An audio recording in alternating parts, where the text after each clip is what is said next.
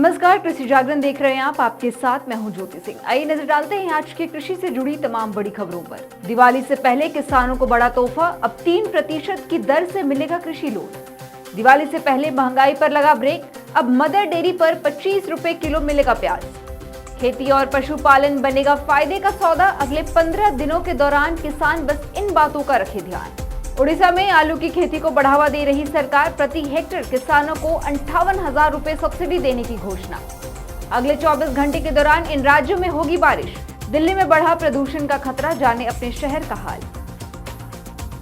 दिवाली से पहले मुख्यमंत्री नीतीश कुमार की सरकार ने बिहार के किसान क्रेडिट कार्ड होल्डर किसानों को बहुत बड़ा गिफ्ट दिया है। अब किसानों को कृषि लोन इंटरेस्ट पर 1% की सब्सिडी मिलेगी, यानी अब किसानों को कृषि लोन लेने पर 4% की बजाय 3% की दर से ही ब्याज देना होगा। खास बात यह है कि 1% की ब्याज सब्सिडी के लिए कृषि विभाग ने करोड़ों की राशि जारी भी कर दी है। साथ ही अब किसानों को कृषि लोन लेने के लिए बैंकों का चक्कर नहीं लगाना पड़ेगा। महज कुछ ही बैंकिंग प्रोसेस के बाद किसानों को 1% ब्याज सब्सिडी के साथ कृषि लोन मिल जाएगा। वहीं कृषि मंत्री कुमार सर्वजीत अपने विभाग को आदेश देते हुए कहा है कि सभी योग्य किसानों को अब अधिक से अधिक कृषि लोन दिया जाए। देश में महंगाई से जनता परेशान हो गई है। खाने पीने की एक चीज सस्ती होती है, तब दूसरी चीज महंगी हो जाती है। जुलाई अगस्त महीने में टमाटर की कीमत 7वें आसमान पर पहुंच गई थी, तो अब प्याज रॉकेट बन गया है। महंगे प्याज का रेट लोगों की आंखों में आंसू निकाल रहा है। इससे आम जनता का बजट बिगड़ गया है।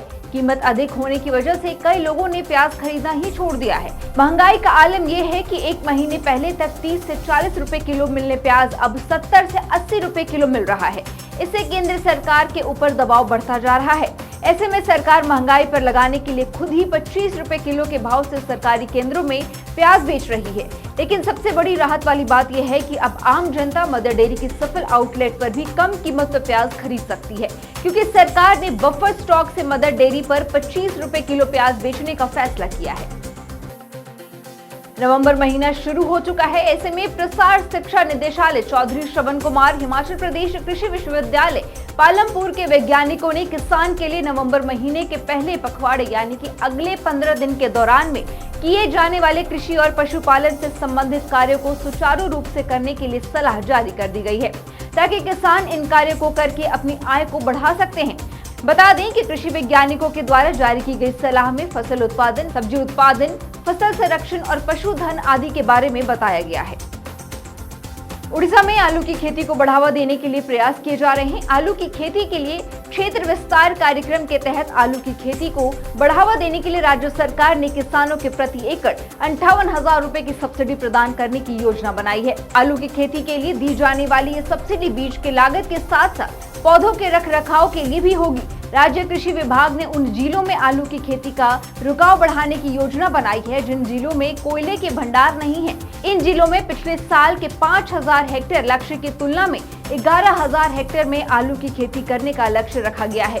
हालांकि प्रत्येक जिले के लिए जो लक्ष्य रखा गया है उसे अभी तक हासिल नहीं किया गया है। वहीं राज्य में आलू की खेती को बढ़ावा देने के तहत प्रति हेक्टेयर आलू की खेती का कुल लागत 1.45 लाख रुपए अनुमानित है। देश भर में बीते कुछ दिनों में मौसम सूखा बना हुआ है। देखा जाए तो भारत के ज्यादातर हल्की बारिश का भी सिलसिला जारी है, जिसके चलते ठंड में लगातार वृद्धि देखने को मिल रही है।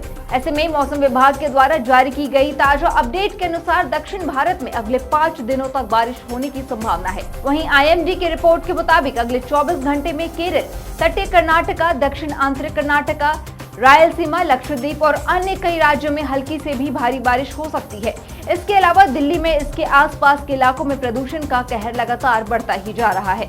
दर्शकों, कृषि जागरण द्वारा दिसंबर महीने में Millionaire farmer of India award आयोजित किया जाएगा, जिसका फिलहाल रजिस्ट्रेशन शुरू हो चुका है। अगर आप इससे संबंधित अधिक जानकारी पाना चाहते हैं या फिर रजिस्ट्रेशन करवाना चाहते हैं तो वीडियो के नीचे डिस्क्रिप्शन बॉक्स पर विजिट जरूर करें। आज के लिए बस इतना ही। देश और दुनिया से जुड़ी तमाम कृषि खबरें जानने के लिए बने रहें कृषि जागरण के साथ।